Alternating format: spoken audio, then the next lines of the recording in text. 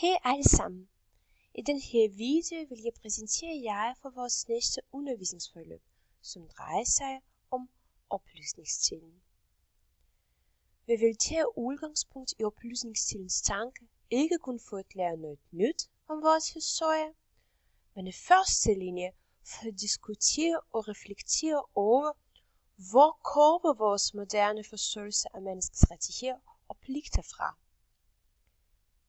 Hermed formål for vores forløb vil være at tage stilling til forskellige menneskers rettigheder og reflektere over disses udvikling gennem tiden. Undervejs vil vi opnå følgende læringsmål. Jeg kan skabe mig den kronologiske overblik over oplysningstid. Jeg kan argumentere for min holdning, og jeg kan anvende historisk viden om oplysningstid i nutidsperspektiv. Det er en af de vigtigste faktisk, den sidste. Før vi mødes, vil jeg bede jer at tænke over følgende spørgsmål. Den første. Hvilke rettigheder har borgerne i et demokrati? Og den næste. Er der nogle rettigheder, som er vigtigere end andre?